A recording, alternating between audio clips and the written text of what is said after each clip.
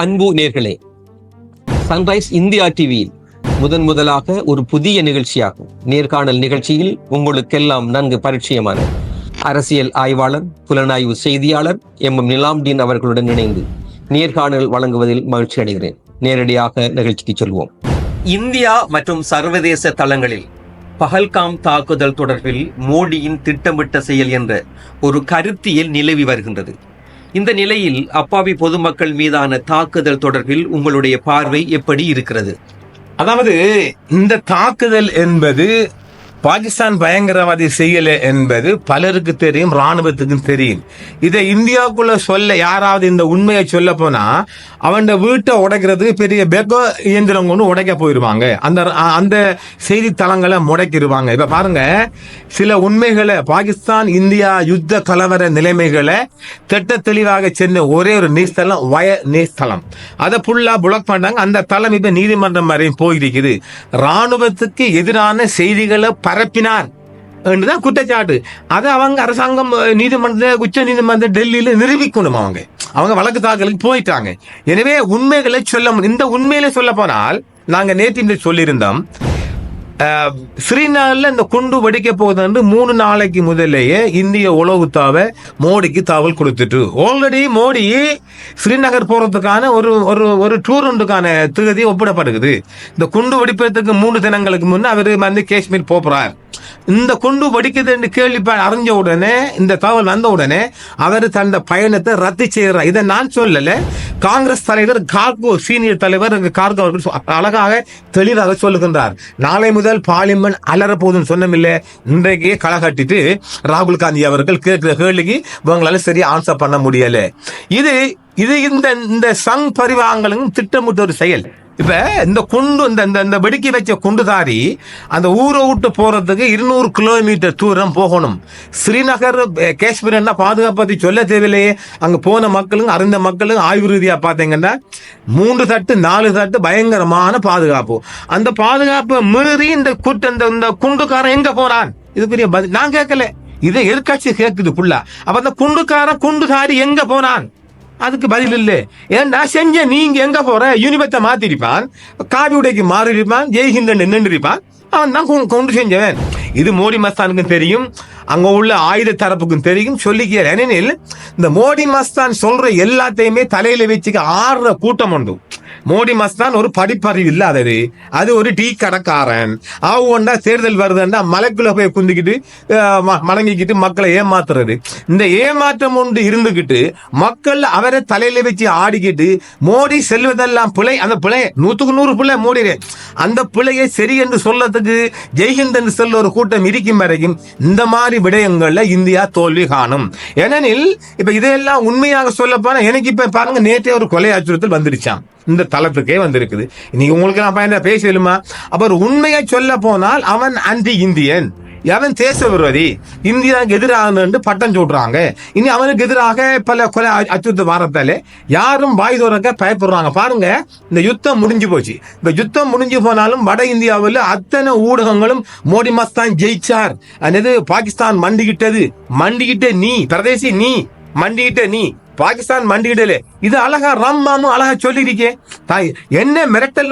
நாங்க தானே முதல் கொடுத்து மோடி பணிந்தாரு, மிரட்டினாரு, நாங்க தான் கொடுத்து பேசா. என்ன அணுகுண்ட பாகிஸ்தான் கையில எடுக்க போகுது, வித்தின் 1 ஹவருக்குள்ள வெடிக்க போகுது. இதைத்தான் கண்டுபிடிச்சிச்சு அமெரிக்காவும் ரோவும். அப்ப யாரு கேட்கறீங்க? டெல்லி தானே கேட்குது. உடனே இந்தியாவோட அமெரிக்காவோட டிப்யூட்டி பிரசிடென்ட் யார் கேட்கறீங்க? நீங்க தான் கேட்கறீங்க. இன்னைக்கு பாருங்க, ஃபாரின் செக்ரட்டரி அவரை தளத்தை மூடிவிட்டார். கேவலமாகறாங்க, மானம் போகுது, மரியாதை போகுது. என்ன சங் பரிவாளங்கள், மோடி மஸ்தான் பெரிய ஒரு ராணுவக்காரர், ஒரு ராணுவ ஆட்சியாளர், பெரிய அறிவு கொண்டவர், உலக சண்டையெல்லாம் உலக சமாதான பாப்பரசர் ரேஞ்சுக்கு கொண்டு போறீங்க. ஒரு முட்டாள்தனமான போலித்தனமான பொய்களை நம்பிக்கிட்டு ஒரு கூட்டம், இந்த மஞ்ச காவி கூட்டம் அந்த மனுஷனை தூக்கிட்டு வச்சுக்கிட்டு ஆடினாங்கன்னா இந்த நாடு ஒரு பலம் பொருந்திய நாடு. இது இந்தியா என்பது நாங்க லேசாக மட்டம் தட்டுற நாடு அல்ல, அது போகிடக்குற நாடுதான். ஏனெனில் ஒரு சிங்கள தேசத்துக்கு மத்தியில, அந்த சிங்கள தேசத்துக்கு பக்கத்துல ஒரு பலம் கொண்ட நாடாக இருக்கிறத நாங்க விரும்புறோம். எங்களுக்கு அப்பால், இலங்கை என்ற அப்பால் ஒரு சிங்கள தேசத்துக்கு பக்கத்தின் அண்டை நாடு ஒரு ஆயுத பலமாகவும் பொருளாதார பலம் எல்லா பலமாகவும் இருக்கணும். அதனால நாங்க இலங்கை இந்திய அந்த ரோட்டை கூட நாங்க விரும்புறோம். எனவே இந்த மாதிரி ஒரு சின்ன சின்ன விடயங்கள்ல இந்தியா தோத்து புறத்தை நானெல்லாம் ஒருபோதும் விரும்ப மாட்டோம். ஏனெனில் அந்த பொய்யை ஏற்றுக்கிட்டு ஒரு கூட்டம் அலையுது பாருங்க. இந்த பொய்யை மாற்றாத வரைக்கும் இந்தியா உருப்படாது. எனவே இந்த ஆயுததாரி என்பது அது மோடி மஸ்தான் குரூப்பில் சங் பரிவாரங்களுக்குள்ள இருந்து கிளம்பின கும்பலே ஒழிய அது பாகிஸ்தான் குரூப் அல்ல. இதை யாராவது சொல்லினாங்கன்னா அவங்களுக்கு போல நாங்க உறுதியா சொல்றோம், இது ஒரு திட்டமிடப்பட்ட சதி, திட்டமிடப்பட்ட வேலை. ஏனெனில் அவர் அரசியல மிச்சம் பின்னடைஞ்சிட்டார். மூன்றாம் தரம் வந்திருக்கார். அவங்களோட அந்த பிஜேபி மற்ற சங் பரிவாரங்கள திட்டம் என்னென்னால் ஒரு 70-75 கிட்ட நெருங்கும் போது ஆட்சிக்கு வைக்க கூடாதுன்னு சொல்லி அவர் ஏதோ ஒன்று தான் இந்த யுத்தத்தை கொண்டு வந்து இந்த யுத்தத்தை வென்றார் என்றால் மேற்குல வர தேர்தல் வெல்ல போறாரு. அவர் தொடர்ந்து வேணும் என்ற ஒரு நிலையை உருவாக்கியிருக்கார். அப்ப மோடி அரசியல் இருப்பிடத்துக்கு தேவையாக திட்டமிடப்பட்ட சதி மூலமாக செய்யப்பட்ட குண்டுவெடிப்பு. அழகா சொல்லுதே பாகிஸ்தான், நாங்க செய்யலப்பா, நாங்க ஒரு சர்வதேச ஒரு பொறிமுறைக்குள்ள நாங்க அதை விசாரிக்கிறது நாங்க ரெடி ஆகிறோம். நீ ரெடியா? நீ ரெடி இல்லையே, நீ தானே செஞ்ச, நீ தானே எல்லாம் பண்ணின. ஆக உன் அரசியல் தேவைக்காக இலங்கைக்குள்ள ஒரு ஈஸ்டர் குண்டுவெடிப்பு போல இந்த குண்டுவெடிப்பை மோடி மஸ்தான் கம்பெனி செஞ்ச என்பதை உறுதியா சொல்லுவோம். இந்தியாவின் ஆபரேஷன் சிந்தூர் இராணுவ நடவடிக்கையின் மூலம் லஷ்கர் இ தொய்பா மற்றும் இஸ்புல்லா முஜாஹிதீன் ஆகிய பயங்கரவாதிகளின் இலக்குகளை தாக்கி அழித்ததாகவும் பயங்கரவாதிகளை கொன்றதாகவும் இந்தியா குறிப்பிடும் நிலையில் பொதுமக்கள் வாழ் இடங்களையும் பள்ளி வாயல்களையும் தாக்கி அப்பாவி சிறுவர்களையும் பெண்களையும் கொன்றதாக பாகிஸ்தான் குற்றம் சாட்டுகிறது.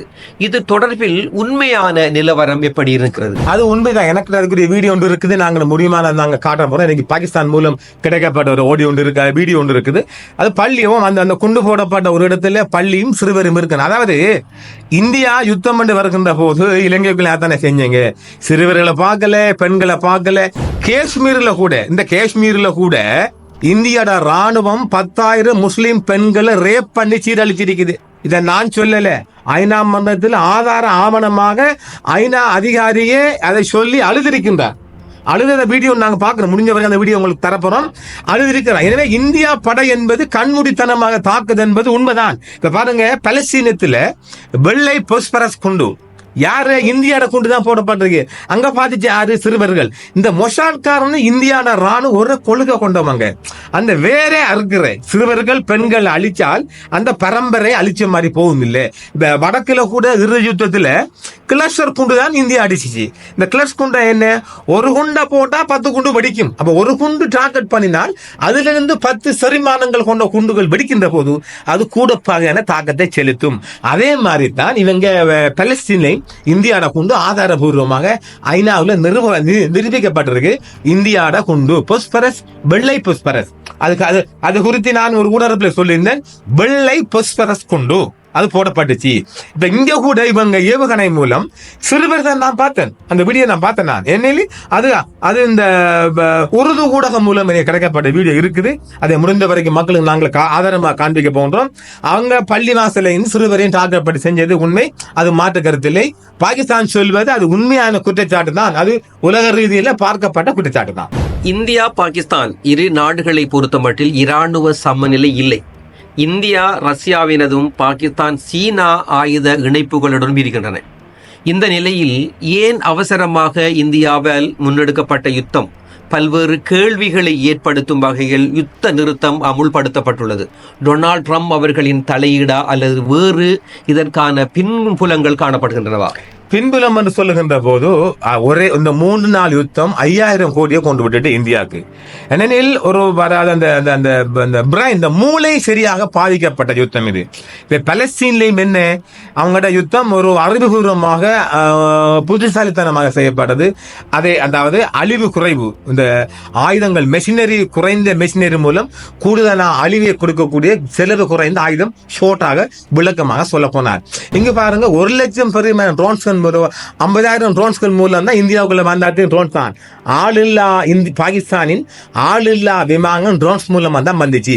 இதை தாக்குறதுக்கு இவங்க ரபிள் செலவுக்கு மேலே செலவு அதிகம், அதாவது ஒரு செலவு குறைந்த ஒரு மெஷினரிய செலவு கூடிய ஆயுதங்கள் மூலம் தாக்கினாங்க.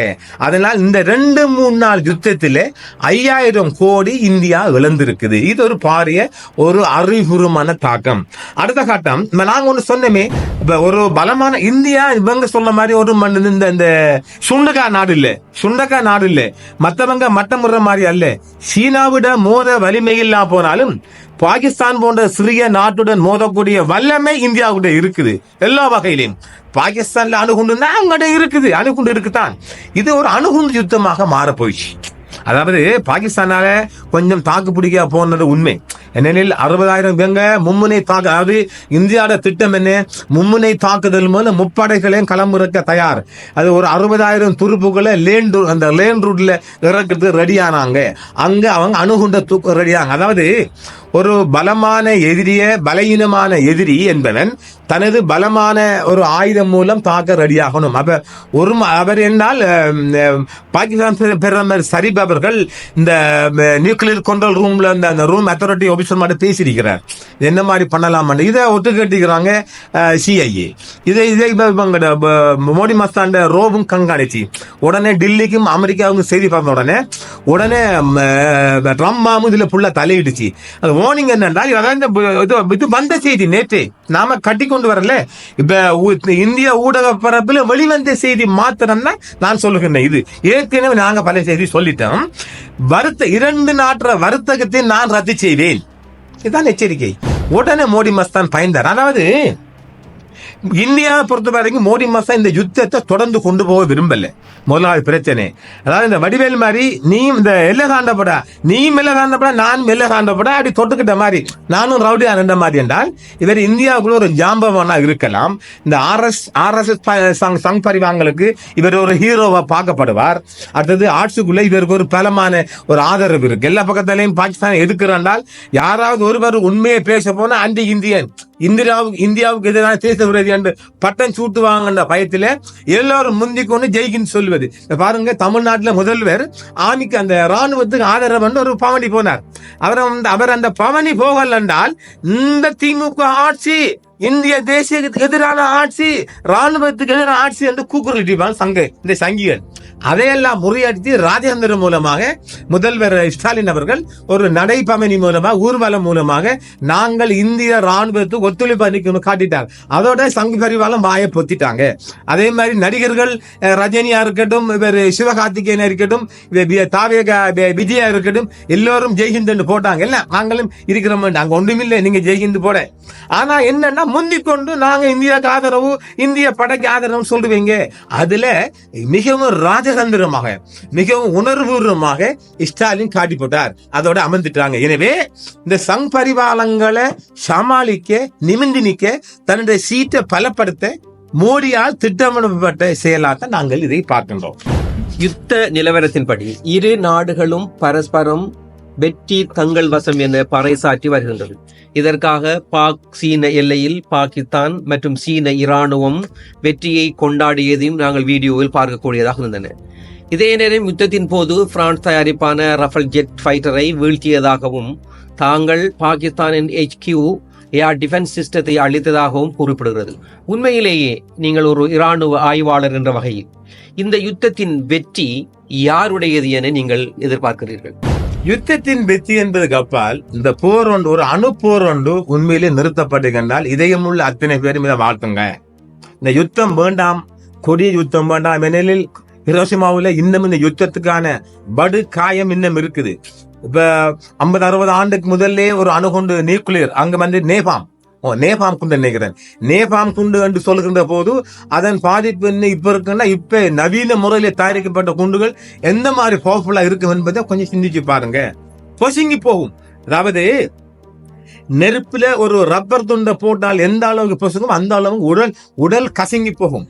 மிகவும் மோசமான குண்டுகளா இந்த 2 நாடுகளிடம் இருக்குது. எனவே முதல் கண்ணாக இதயமுள்ள அத்தனை மனிதர்களும் மாமு அவர் ஒரு 3ஆம் சக்தி என்றாலும் 2 நாட்டை மிரட்டினாலும் ஒரு நாட்டை மிரட்டினாலும் ஒரு அணுகுண்டு போருக்குள்ள போக போன யுத்தத்தை ஒரு நரவுல தட்டி கொண்டு வந்த ஒரு உத்தமா தான் நான் பார்ப்பேன்.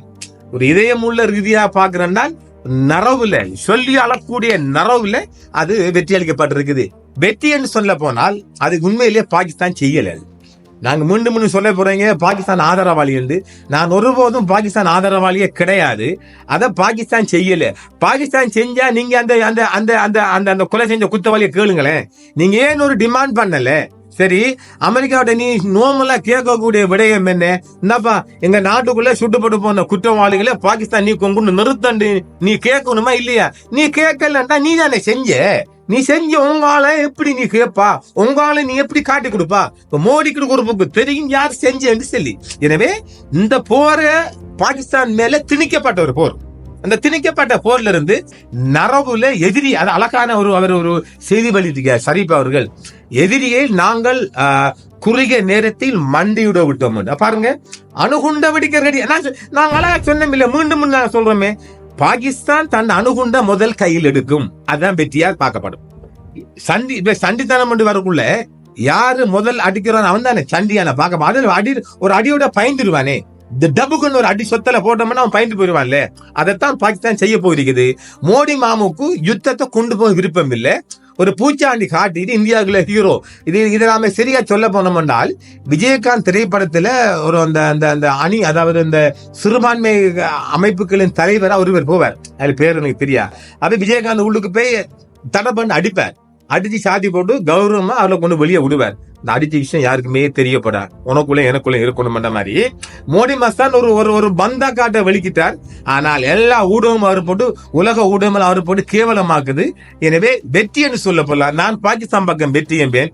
எல்லாரும் சொல்வது போன்று பாகிஸ்தான் ஒன்றும் இதுல பெரிய சமநிலையில பாதிப்படைந்திருக்குது. ஏனெனில் அவங்களுடைய ஏர் சிஸ்டம் இவங்க பாதித்து அவங்க சொன்னாலும் சரியாக களத்துக்கு ஒரே ஒரு வார்ம் மீடியா மட்டும் போயிருக்கு இப்போதைக்கு. பாகிஸ்தான் தரப்புக்குள்ள போகல, இந்தியாவுக்குள்ள வார்ம் மீடியா மட்டும் இங்கிலீஷ் மீடியா போயிருக்குது. அதை நாங்க நாளைக்கு பார்ப்போம். யாரும் களத்துக்குள்ள போகல. ஆளால் சொல்லதானே. ஏனெனில் 8000 தளங்களை இந்தியா தடை செஞ்சிச்சு. ஒரே ஒரு மீடியா, வயர் மீடியா இந்தியா தடை செஞ்சிச்சு. ஏன்னா உண்மை தகவல் வரக்கூடாது. அப்ப எல்லா ஊடகமும் இந்த ஏக்கர் கணக்கிலே, அந்த கணக்கிலையும் டொன் கணக்கிலையும் கொண்டு உரைக்கினாங்க. இந்தியா அந்த கராச்சியை பிடிச்சிட்டான், இஸ்லாமாபத்தை பிடிச்சிட்டான், ராகுல் முண்டியை போகுது, இன்னும் கொஞ்ச நேரத்தில் ஏர்போர்ட் பிடிக்க போறோம் கதானந்த எல்லாம் மாறி போட்டு பல்டி அந்த பல்டி அடிக்கிறாங்க. எனவே பாகிஸ்தானுக்குள்ளேயும் சேதம் இருக்கு, நிறைய பில்டிங் தாக்கப்பட்டிருக்கு. இந்த வீடியோ எனக்கு இருக்கு, நான் போட்டு காட்டுறேன். எனவே வெற்றி என்று சொல்ல போறங்கிற போது பாகிஸ்தானுக்கு ஒரு பெரிய வெற்றி என்றாலும் அழிவு என்ற போது இரண்டும் சமனாக சேதமாத்தான் நான் பார்ப்பேன். இந்த ரெண்டு பேரையும் குறைத்து மதிப்பிட முடியாது. அதாவது யுத்தம் ஒன்றுக்கு இந்தியா பலிந்து போனதுதான். பலிந்து போனாலும் அது திணிக்கப்பட்ட யுத்தம். பலிந்து போன யுத்தத்தை மிரட்டிட்டு சொவியை பிடிச்சி தரலாம் மோடி மஸ்தான் கணக்கு பார்த்திருப்பார். இன்னும் ஒரு விடயம் நாங்க சொல்ல வரோம். இந்த யுத்தத்துல சமாதான நிலைக்கு அஜித் டோவல் ஒரு காரணம். ஏனெனில் ஒரு பிந்திய தகவலின்படி அஜித் டோவல் மகனுக்கும் பாகிஸ்தானுக்குள்ளே மிக ஏராளமான பிசினஸ் டீலிங் கொண்டு போய் கொண்டிருக்கான். ஏற்கனவே நான் சொல்லியிருக்கேன்ல, ஆட்டக்காரன் திக்ஸாக்காரன் தேசத்துல 8 ஆண்டு காலம் பாகிஸ்தானுக்குள்ள வாழ்ந்தவர் இந்த ஜேம்ஸ் போர்ட் அஜித் டோவல். அவருடைய பையன் பாகிஸ்தானுக்குள்ள மிகப்பெரிய பிசினஸ் டீலிங் பண்றார். அதை நீங்க கணக்கெடு பாத்தீங்கன்னா யார் இப்ப ஒட்டி கொண்டிருக்கிறா? பாகிஸ்தான் பிசினஸ் மேன் மோடி மஸ்தானு கூட இருக்கிறார். இப்ப நீங்க இறைச்சி ஏற்றுமதி யாரு கூட செய்யறீங்க? அத்தனை பிஜேபி, எஸ்எஸ்பி, ஆர்எஸ் தான் செய்யறீங்க. அப்ப ஏதான் எதுக்குறீங்க? அது சாதாரண பொதுமக்களை இறைச்சி சாப்பிட விடாம நீங்க கூட ஜெய்ஹிந்த் சொல்லி ஸ்ரீராம் சொல்லிட்டு கூத்தாடிக்கிறீங்க. இறைச்சி ஏற்றுற முழுதும் இந்த குரூப் தான். இதையெல்லாம் பார்த்துக்கொள்ளுங்க. எனவே வெற்றி என்று வருகின்ற போது பாகிஸ்தான் முழு வெற்றி அடைந்திருக்குது. இந்த யுத்தத்தின் சேதாரம் என்கின்ற போது இரண்டு நாடும் சம அளவில் பாதிப்படைஞ்சிருக்கி. பண ரீதியாக இந்தியா பாகிஸ்தானுக்கு குறைந்த செலவும் இந்தியாவுக்கு கூடுதலான செலவுமா நாங்கள் பார்க்கலாம். இது ஒரு பாகிஸ்தான் தொடர்பான ஒரு கேள்வி. பாகிஸ்தான் முன்னாள் பிரதமர் இம்ரான்கானின் ஆதரவாளர்கள் ஆளும் அரசாங்கத்துக்கு எதிராக எதிர்ப்பினை ஏற்படுத்தி வரும் நிலையில் இராணுவம் கட்டுப்படுத்தும் நிலையில் உள்ளதா, அல்லது வங்காளத்தை போன்று போராட்டம் விரிவடைந்து மக்கள் எழுச்சி அடைய வாய்ப்புள்ளதா? பாகிஸ்தானின் அரசியல் எவ்வகையான மாற்றங்களை எதிர்காலத்தில் தோற்றுவிக்க போகின்றது? பாகிஸ்தானை பொறுத்த வரைக்கும் அங்க ராணுவம் தான் எல்லாமே, ஆட்சியாளர் கையில் இல்லை. இலங்கை எடுத்துக்கொண்டோம் என்றால் இலங்கையில மஹிந்தர் ஒரு ராணுவ நகர்வு செஞ்ச அந்த ராணுவ ஆட்சிக்கான ஒரு திட்டமிட்டு இருந்தார். அதை ராணுவம் விரும்பல. இவர் கோட்டையர் அதை கோட்டையர் நகர் செஞ்சாலும் ராணுவம் விரும்பல. இலங்கையில பிறந்ததுக்கு நாங்க ஒரு புண்ணியம் பண்ணிருக்கிறோம். ராணுவம் ஆட்சிக்குள்ள கையடிக்கிறதே கிடையாது.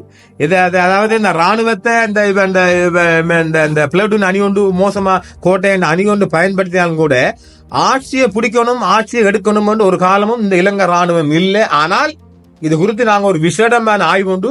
இன்னும் ஒரு 3-4 இந்த டிசம்பர் பிறகு செய்வோம். அதற்கான மிக சிறப்பான பாதை ஒன்று இந்தியாவால் திறக்கப்பட்டிருக்கு. இங்க வருவோம். இப்ப பார்க்க போனா பாகிஸ்தானுக்குள்ள ஒரு நாளும் மக்கள் சக்தி என்று வர்றதுக்கு அப்பால் ராணுவம் தான் கையில் இருக்கும். இப்ப ராணுவம் இந்த யுத்தத்தை விரும்பிச்சா என்றால் அதுக்கு எனக்கு விட இல்லை. ஏனெனில் ஸ்ரீநகர்ல யுத்த அமைதி செய்யப்பட்டு சீஸ்வேர் செய்யப்பட்டு 2 மணி நேரத்தால அங்கிட்டெல்லாம் ஸ்ரீநகர் முழுவதும் குண்டு வெடிப்பதாக உமர் அப்துல்லா காஷ்மீர் முதல்வர் உமர் அப்துல்லா உடனே ராணுவத்துக்கு அறிவித்திருந்தார். அப்ப அந்த அறிவிப்பு போகுதுன்னா இந்த ராணுவத்துக்குள்ள யாரு செஞ்சாங்க? இந்திய தரப்பு செஞ்சிச்சா அல்லது பாகிஸ்தான் தரப்பு செஞ்சிச்சா? பாகிஸ்தான் எல்லைக்குள்ள குண்டு படிக்கிறால் இப்ப இந்தியாவுக்கு ஆதரவான அணி அங்க ஒரு 10 அணி இருக்குது. அது பாரு அவங்க இயக்குறது 68 அணியில அவங்களோட 10 இயக்கம் இருக்குது. அப்ப அந்த அணி மூலம் இரவு பகலாக குண்டு வெடிக்கப்பட்டுச்சா அல்லது ராணுவத்தால் செய்யப்பட்டுச்சா? இப்போதும் அடிக்கடி குண்டு வெடிப்பா சொல்லுகின்றார்கள். அப்ப இந்த யுத்தத்தை பாகிஸ்தான் ராணுவம் விரும்பலையா என்று பார்க்கணும். அங்க மக்கள் கிளர்ச்சியை பெருக்கு அப்பால் ராணுவத்தில கை ஓங்கும். ராணுவத்தில கதையை ராணுவத்தில கட்டுப்பாட்டுக்குள்ள ஆட்சி இல்லை என்றால் ஆட்சி மாற்றம் ராணுவத்தில கைக்கு மாறும். இந்த இலங்கை இந்த பாகிஸ்தான் இந்தியா ஓரண்டு தொடருமானா ராணுவத்தில கை ஓங்கி இருக்கு. இப்பயும் அங்க ராணுவத்தில கை ஓங்கி இருக்கு. இப்ப ராணுவத்தில கட்டுப்பாட்டுல ஆட்சி இருக்குது. இப்ப ஆட்சியின் கட்டுப்பாட்டு ஆட்சி இருக்குதா ராணுவம் இருக்காண்டால் பாகிஸ்தானை பொறுத்த வரைக்கும் ராணுவத்தின் கட்டுப்பாடு ஆட்சி இருக்குது. எனவே மக்கள் கிளர்ச்சி எழும்பதற்கான ஒரு வாய்ப்பும் இல்லை. அங்க ராணுவம் சொல்வதை ஆட்சி கேட்கும். ஆட்சியின் கட்டுப்பாடும் அங்க ராணுவம் தான் ஆட்சியாளர். இந்திய பாகிஸ்தான் இடையிலான யுத்த சூழ்நிலையில் இந்தியாவின் எதிர்ப்புக்கு மத்தியில் சர்வதேச நாணய நிதியம் IMF பாகிஸ்தானுக்கு நிதி உதவி வழங்குவதற்கான அறிவிப்பை விடுத்துள்ளது. சர்வதேச பரப்பில் இந்தியாவின் இந்த யுத்த தந்திரம் பல்வேறு சந்தேகங்களை தோற்றுவித்திருக்கிறது. சர்வதேச அரசியல் இந்தியாவை மறைமுகமாக எதிர்க்கிறதா என்ற ஒரு சந்தேகம் ஏற்பட்டிருக்கிறது. இதை சர்வதேச பரப்பில் உங்களுடைய பார்வை எவ்வாறு இருக்கிறது? இல்ல, மோடியை கலட்ட வேணும். அதாவது மோடியை இந்த இந்தியாவோட ஆட்சி ரிமூவ் பண்ண வேணும் என்று எல்லா உலக நாடும் விரும்புதான். அதுல மாற்றுக்கிறது இடமில்லை. ஏனெனில் இந்த தேசிய ரீதியாக முஸ்லிம்கள் மீது மிக மோசமான தாக்குதல்களை இந்த அரசு தொடர்ந்து செய்யுது. அதை எந்த ஒரு இஸ்லாமிய நாடும் அதை விரும்பல. அதுல உடனடியாக மலேசியா தெரிவிச்சு நாங்க பாகிஸ்தானுக்கான ஆதரவுன்னு சொல்லி. எனவே இந்த மோடி மஸ்தானை ரிமூவ் பண்ண வேணும்னு உலக நாடெல்லாம் விரும்பிச்சு. இப்ப பாருங்க, பொருள் மினிஸ்ட்ரி சொல்லுது, IMF சொல்லுது பாகிஸ்தானுக்கு கடன் கொடுக்காங்கன்னு மண்டிடுறாங்க. அவன் உடனே 8000 கோடி ரிலீஸ் பண்ணி கொடுத்துட்டான். காசு போயிட்டு இப்ப யுத்தம் நடந்து கொண்டிருக்கக்குள்ளே அமெரிக்காவோட IMF காசு கொடுக்குதுன்றால் இந்த யுத்தத்திட தன்மையை நீங்க மக்கள் வழங்கிக் கொள்ளுங்க.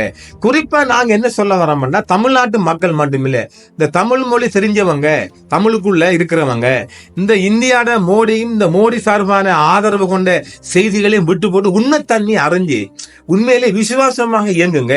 திமுகவுக்கு மேல என்னத்தை கொண்டு வரீங்க? கொண்டு வன்மத்தை இறக்குறீங்க.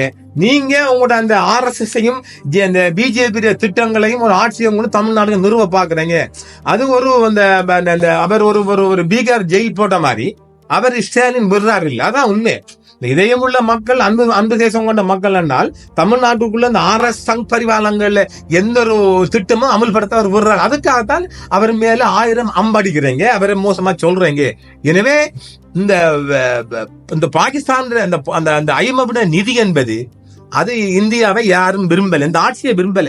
குறிப்பா சொல்ல போனால் இந்த ஆட்சியில இருந்து மோடி மாஸ்தான் ரிமூவ் பண்ணப்படும் உலகம் முழுவதும் பரவலா விரும்புது. அப்படி ஒன்று உலகம் இவருக்கு மதிப்பு கொடுக்கும் என்றால் இந்த பணம் 8000 கோடி ரிலீஸ் பண்ணி இருக்காது. எனவே அது மோடிக்கும் தெரியும். இப்ப மோடி பாருங்க, அமெரிக்காட இவட ரம்மாமுட அந்த விழாவில் அவர் அந்த பதவியேற்பு விழாவில் போறதுக்கு தவம் கடந்தார். மோடி மாஸ்தான் கொடுக்கவே இல்லை. இவ்வளவெல்லாம் ஜெய்சங்கர் ஓடி பார்த்தார். குடுக்கல் அந்த அளவுக்கு இருந்துச்சு. எனவே இப்போது இந்தியாவோட நேரடி கட்டுப்பாடு அமெரிக்கா கையில் இருக்கு என்பதால் இது ஒரு அச்சமான நிலைப்பாடு தான். அதனால இப்ப இந்தியா ஊடகம் எல்லாம் பெரிய கொதிக்குது, இந்தியா மக்கள் கொதிக்குது, கிளம்புறாங்களே, பட்டைய கிளப்புறாங்களே, ஐயோ எங்களுக்கு என்ன இந்தியா தேசத்துல இவர் 3ஆம் சக்தி என்று. இன்னும் ஒரு விடயத்தை நாங்கள் பதிவு செய்கிறோம். காஷ்மீர் பிரச்சனை விரைவில் தீர்வு காண போகுது. என்னுடைய சொந்த கருத்து என்னென்றால், காஷ்மீர் வந்துட்டு இந்தியாவில் அது ஒரு சுவிட்சர்லாந்து தேசம். இந்தியா அதை இந்தியாவும் கேட்கக்கூடாது, பாகிஸ்தான் கேட்கக்கூடாது. அது ஒரு தனி தேசமாக காஷ்மீர் தேசம் உருவாக்கக்கூடிய ஒரு வழிவகை இருக்கின்றது. ஏனெனில் அப்படி ஒன்று உருவானால் இந்திய தேசம் பிரியும், மாநில ரீதியாக பிரியும். நாங்கள் அடித்து சொல்கின்றோம், மோடி மஸ்தான் இப்படியோ இந்த விஷத்தை விரைச்சிக்கு போவாரானால், ரம் மாமு ஆட்சியில் இருக்குமானால் காஷ்மீர் பிரியும். காஷ்மீர் பிரிந்தால் நிச்சயமா ஈழ தமிழுக்கும் ஒரு நல்ல நிலைப்பாடு இருக்கும் என்று அடித்து சொல்வேன். மாநில ரீதியாக முதல் ஆந்திர தேசம் பிரியும், கேரளா பிரியும், கர்நாடகம் பிரியும், தமிழகம் பிரியும்.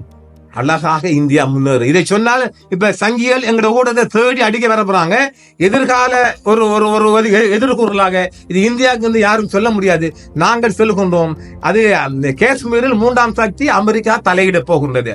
அதைத்தான் பாகிஸ்தான் கோரிக்கையை விடுத்திருக்குது. அது சிலவேளை நாங்க எங்க சொந்த கோரிக்கை சொல்லும், காஷ்மீர் ஒரு தனி தேசமாக இயங்க வேண்டும். அது ஒரு அழகான தேசம், அது குளிர், எல்லா சூழ்நிலை கொண்ட தேசமாக இருக்கின்றது என்பதால் அந்த தேசம் நாம பக்கத்து நாடு, அந்த தேசம் நாம சுவிட்சர்லாந்து போகாம காஷ்மீருக்கு போனாலே போதும் சுவிட்சர்லாந்து தேசம். எனவே அந்த தேசத்தை நாமல் காஷ்மீருக்குள் பார்க்க வேண்டும் என்றால் அமெரிக்க ரம் மாமு அதுக்கு ஒரு தீர்வு கொடுக்க போகின்றார். எண்ணி ஒரு வருடத்துக்குள்ள பாருங்கள், காஷ்மீர் பிரச்சனை தீரும். இப்ப பாருங்க, இந்த செய்தியை கேட்டு சங்க எனக்கு கொலையாட்சி கொடுக்க போறாங்க. அடிங்கடா பாப்போம். இதுவரை நேர்காணலில் கலந்து கொண்ட இலங்கையின் மூத்த அரசியல் இராணுவ புலனாய்வு செய்தியாளர் எம் நிலாம்டீன் அவர்களுக்கு நன்றியை கூறி விடைபெறுகின்றேன். நன்றி, வணக்கம். நேர்களே, ஒரு உணர்வுபூர்வமானவும் அறிவுபூர்வமான தொடர்ந்து வருகின்ற நேர்காணலில் நினைவில் மட்டில்லா மகிழ்ச்சி அடைகின்றேன். மீண்டும் மற்றொரு நேர்காணல் மூலமாக எமது செய்தியாளர் சந்திப்போம். நன்றி நேர்களே. என்றும் உங்களுடன் சன்ரைஸ் இந்தியா டிவி சப்ஸ்கிரைப் பண்ணுங்கள், பெல் பட்டனையும் கிளிக் செய்யுங்கள். உங்கள் ஆதரவே எங்கள் சேவை. ஆதரவு தாருங்கள், அரவணைப்போம். மறக்காம சர்ப்ரைஸ் பண்ணுங்க. தேங்க்யூ.